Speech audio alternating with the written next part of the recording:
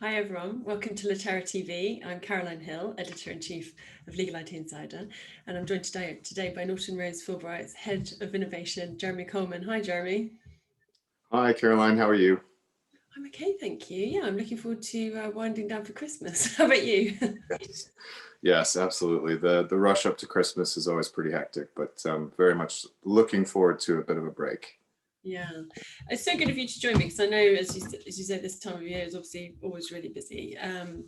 We've got a lot to talk about. As I sent for anyone listening in, I sent Jeremy a few suggestions. I was like, hey, maybe we could talk about this and this and this, and he was like, we have half an hour. so we've got quite a few things. But just to introduce you, so you've got a really, to me, interesting background. So you had a career outside of the law, believe it or not.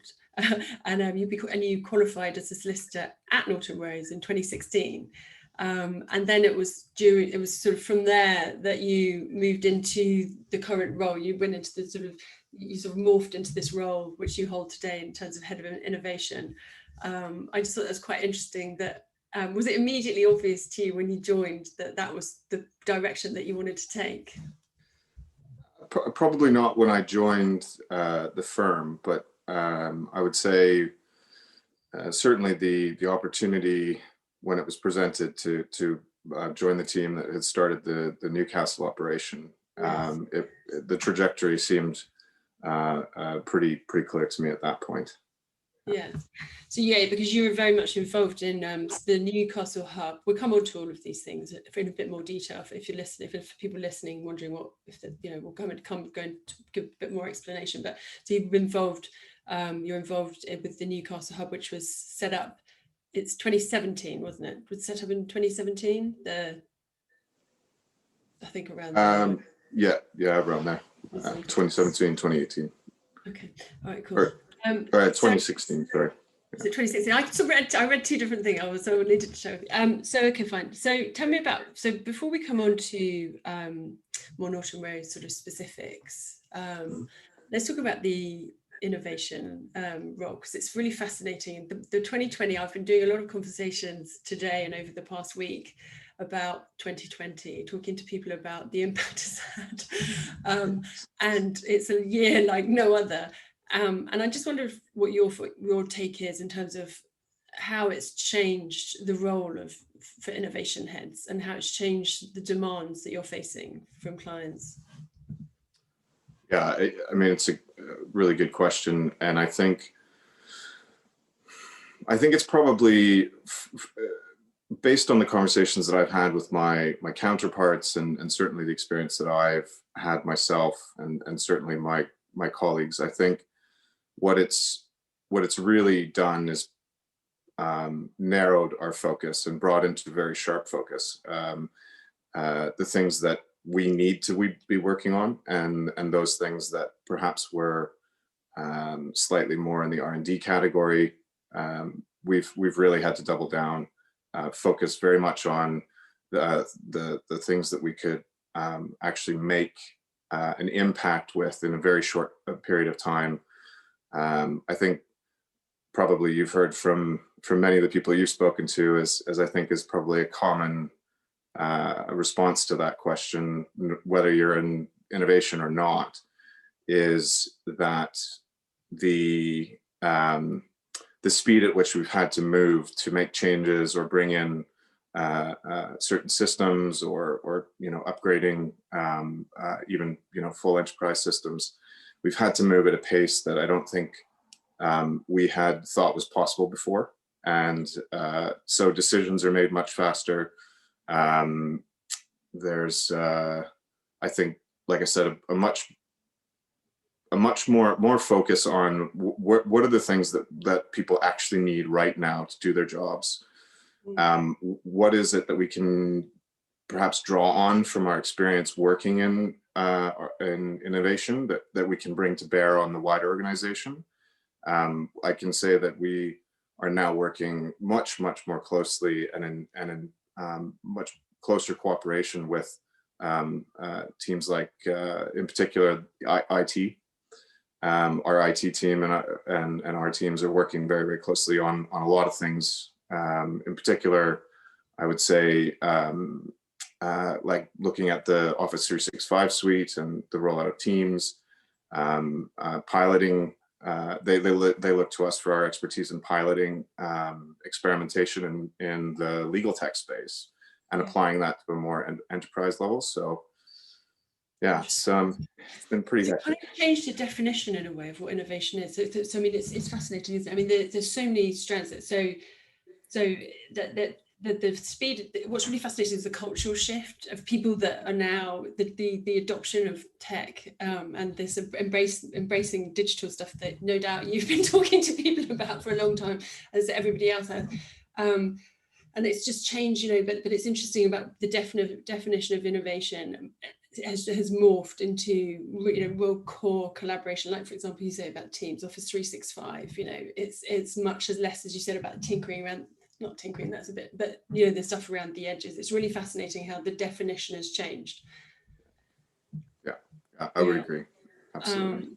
So tell me about what, I mean, I think you touched on this, but what are the new, so I suppose there's two questions. One is, what are the new priorities from an internal perspective in terms of innovation? If you haven't covered that, I guess 365 and Teams is a huge one. And then what are the new priorities when you're talking to clients from a client perspective in terms of what they're coming to you and saying, right, we want this now? Well, I mean, internally, our priorities are so one of the things that we brought in over the last year and a half is an innovation program. You know, it's modeled after your classic kind of corporate internal startup way kind of methodology, taking ideas, helping people to think through them, applying some frameworks around them, and then having some body of senior stakeholders that make decisions about where to invest our time and our energy. And so, you know, it takes a while to get one of those up and running. It's a new way of thinking for a law firm, certainly. And so, you know, we've been running that, and now we're really at the stage now where we're able to take ideas, assess them relatively quickly, and bring them to at least to the stage where they're able to be presented in quite a sophisticated manner. And that as a priority is something that we're really focusing on, increasing that cadence, and being out there much more with our lawyers, spending more time FaceTime, listening, taking their ideas, helping them to formulate them. And so that's one of our priorities. But another one, I think, is really making sure that we're getting the most use out of the tools that we currently have. Yeah. You know, we spent a long time piloting all of the tools that we have now from a technology perspective, particularly the legal tech tools, and that was to kind of establish a baseline so that we know that when we are recommending something, we can stand behind the statistics, and so that, again, as a priority, is really driving return on our investment there. I think also it's, you know, I've said this in numerous forums, but the future, I think, of all organizations is figuring out how, especially if you're an older organization, figuring out how you transition from the old structure, which is essentially people working with other people that do the same job as them, to a new structure where they're working in multidisciplinary teams, and how we can help to facilitate that, encourage this type of collaboration is a huge focus for us. Okay, that's interesting. And in terms of that's a lot of internal in terms of the client message, so what's interesting to me, I think clients more than ever in terms of how innovation fits, they seem to be looking for answers, and obviously some of them have got, you know, sort of they're looking at ways to restructure their own departments, ways to maximize, ways to create efficiencies. It seems like they're coming more. I know that was already part of a trend, but it seems like they're more and more coming to law firms. And I know, Norton Rose, you're not just you're looking at what ways that you can kind of help clients operationally. That now seems to fall much more heavily into the innovation role. Is that fair to say, in terms of the way that they're looking to you to help them innovate? To a certain extent. I think when we first started looking at it, we were involved in exploring the idea. But certainly, I think when the decision was taken to take to actually to offer that service properly to clients, that was when we brought Stephanie Hammond in from Barclays. Yeah. And she's done just an unbelievable job building up that practice area. And certainly, the guys in our team, we have particular skills that we can lend to that practice area, and they do on a fairly regular basis. But certainly, it's not something that we as a team has as our primary focus. But we definitely support Stephanie in that. I guess because you're so large, I forget sometimes quite how big the firm is. Okay, so and one of the things I know that you're working with, and I know Litera will be delighted that we're talking about this on this show. But so you've, in terms of the tech, you've brought in Litera Transact, Yes. which is an example. I'm interested. I might ask you if we've got time to come back to the fact that you're working a bit more closely with IT as well. But so tell me about, it was very recently that you head up that was your project, wasn't it? Rolling out Litera Transact. So it was part of the so our team definitely was leading the charge on that. It was Kate Tomlinson who led the team before me. It was kind of something that she wanted to do a number of years ago, and in fact, I think we piloted Transact. I think we started piloting it in 2018, and so we've been building up our knowledge and capabilities using that as a tool, and now are kind of professionalizing it in terms of taking that particular workflow and the way that the Transact application operates, and we found a home for it, a very natural fit with our project finance practice. And they have found it incredibly helpful and useful, particularly because those transactions are so document heavy, and the conditions precedent lists, can measure in hundreds of pages. So it's a perfect application for that practice. But now we're actively looking at ways to embed it in other practice groups. Yeah.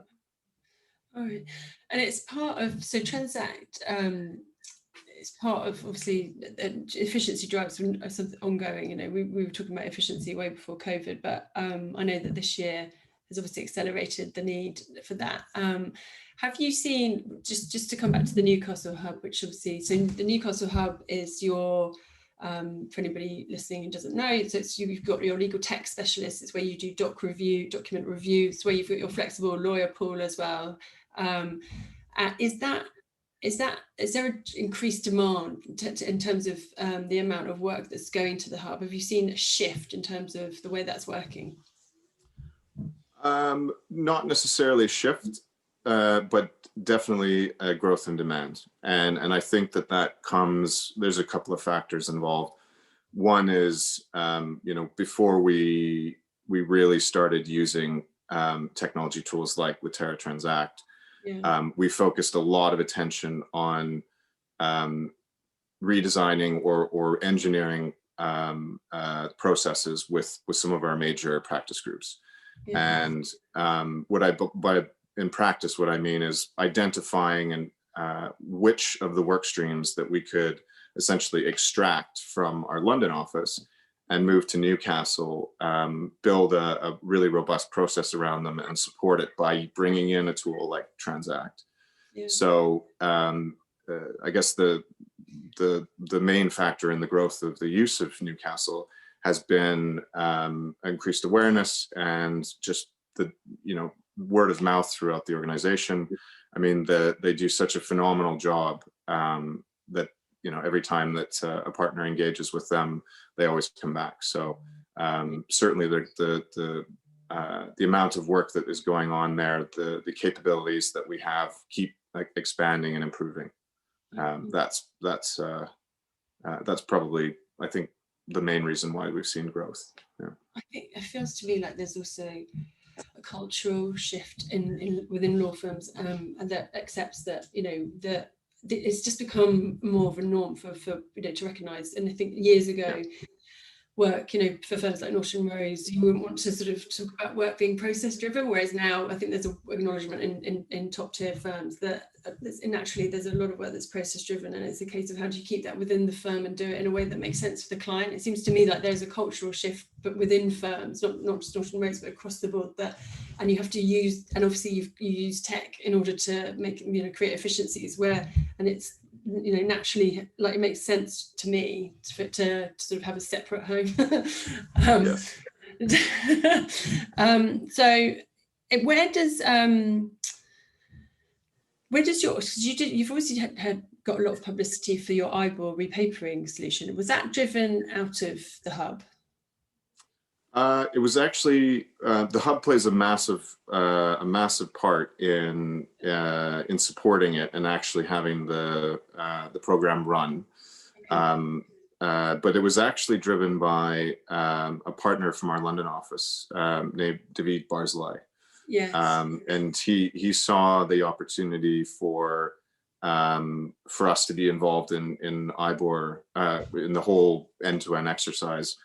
I can't even remember when it was when we first talked about it, but it was a long time ago, probably before a lot of people were speaking about it. And so, but he was relentless, and he said, we need to do something about this. We need to get in there, and we need to get in there early. And a number of other people have become involved since, and have really helped to build that program.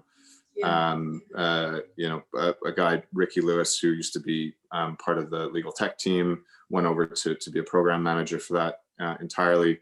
And certainly our entire applied tech team, they've been instrumental in helping to build the technology that underlies the entire program.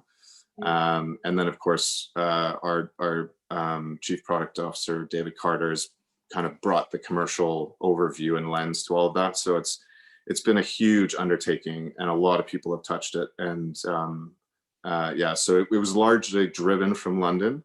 But if we didn't have Newcastle and didn't have I suppose the experience that they've had working on similar types of large matters, I'm not sure we would have been as successful.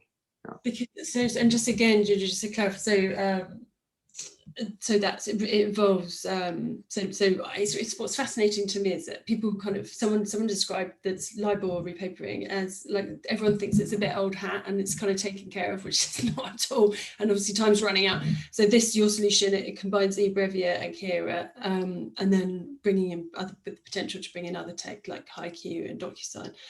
You've obviously got some real recognition for that, so that's really. And I was impressed. I've talked to the team about it. So in terms of, can you explain to me one thing? So how does this fit? So you've got your, obviously you've got Hub, and we're going to come on to talk about a couple of the other schemes, but Transform, you obviously work hand in hand with Transform. Can you explain to anyone who doesn't know how that fits? Because obviously that's your effectively the way you drive a lot of your innovation. That's kind of your home, as it were, isn't it? It is, yeah. So Transform is the brand and the program that all of our innovation products and kind of legal transformation activities sit under. So there's an external component which includes our legal products, the IBOR program being one of them. Also our consulting services, so the practice group that Stephanie leads, but also it also involves our internal legal transformation efforts, which cover everything from strategic pricing to legal tech, legal project management and resource management. And as a team, we all work together, always looking kind of, outside of law if we can, to find best practices and bring them into the firm, figure out the best way of adapting them for Norton Rose Fulbright, and then, hopefully using that to push the firm forward. So Yeah. yeah, innovation is kind of we've spoken about this before publicly and privately. Sometimes it's a helpful term, sometimes it's a not helpful term. Should you call a team innovation? Is it an activity? Is it a team? It means a lot of things to a lot of people, but certainly I would say that everyone in Transform is engaged in the broader activity of innovation. Certainly they're all looking to the future. And so it's great to be a part of that. I think it seems to me that one of the things that perhaps there was a bit of fluff and sensationalism just across the whole market, and this may be a good leveler this year. It seems to me that innovation doesn't actually, we almost don't need to define it. What seems to me that if you start with a client problem and work out a way of solving it that may be slightly different, or may use tech that hasn't been delivered, that's innovation. I guess for you, is that your principle? Do you start with, do you always say, right, we've got to start with the problem we're trying to solve, rather than sort of trying to create a bit of tech or a bit of solution that just doesn't have a home? Yeah, it's so easy to fall into the trap of a solution without a problem. And certainly, our focus has been on trying to identify, certainly from the client side, trying to identify problems that are not just experienced by one client, ones that are potentially have a wider kind of industry or even societal or economic impact. Not to sound too grandiose, but from a commercial perspective, if you're solving a problem that multiple clients have, then you have the opportunity to package that solution for multiple clients. So the upfront investment that is required to do to do something like IBOR, for example, is significant. But if everyone has that same kind of commercial mindset, then I think it works. Yeah. And does that, so forgive me, I seem to be obsessed about structure, but anyway, I don't know why that is today, but so when you do, maybe it's because I'm a former lawyer and I understand the concept. You just need it. You need it. I need a box. I need a box. So when you do have say productize, or you've got your app or your iBoard, whatever, does that live? So it lives within a hub, or where do you mentally keep it to make sense of it? Like a lot of firms are creating separate companies and they're kind of effectively selling, as their products through that. So where does it live when you come up with this? I agree, it makes perfect sense when you've got multiple clients and you can effectively solve a lot of problems. But where does that live then? So we don't have a separate entity, a separate sales vehicle. So they're all branded as Transform products. Okay. And they live as products that are sold through our products group or through as a support for the legal operations consulting. Okay. In terms of so a couple of other things that really interest me. So you do a lot of work around the with young, inevitably you want to attract the best talent. So you want to be sort of A, helping to make sure that they've got the right skills, and B, obviously making sure that you're forming relationships with the top talent. And one of the things that really interested me was the work that you do with York University. You've created a law tech module. And from an outsider's observation, there isn't nearly enough emphasis still on the training side. It just seems nuts to me. But so just give us an update on that. Has the past year, has had an effect on that? You're still going forward with that? How's it working out? Oh, and maybe you can tell us a bit more about it, because so the module is open to 40 third year students. Is that right, Laura? And you're doing law and computer. Just tell us a little bit about it. Yeah, I'd be happy to. I'm as you mentioned, I am extremely passionate about this. I think so essentially the program is it's a multidisciplinary module. So it means that it's taught half by the computer science faculty and half by the law faculty. There's 20 computer science students third year and 20 law students third year, And it's the entire program is focused on solving a particular problem or challenge. Last year, we were very fortunate to have the Law Society present the module with a particular problem set and some research to sit behind it.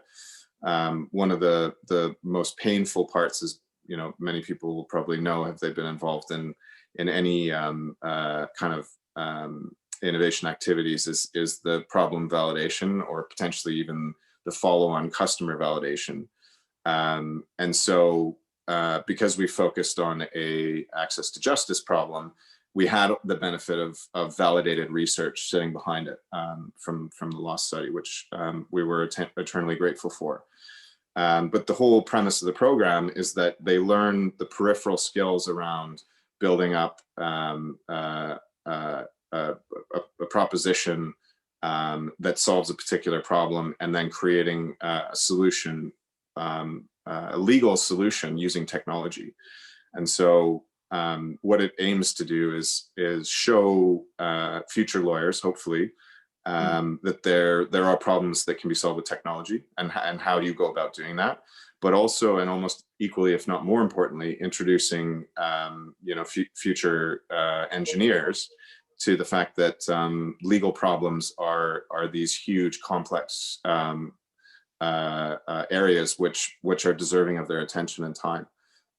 Both have this kind of unique but shared kind of personality trait that they're problem solvers at the core. And so that was kind of the aim of the module.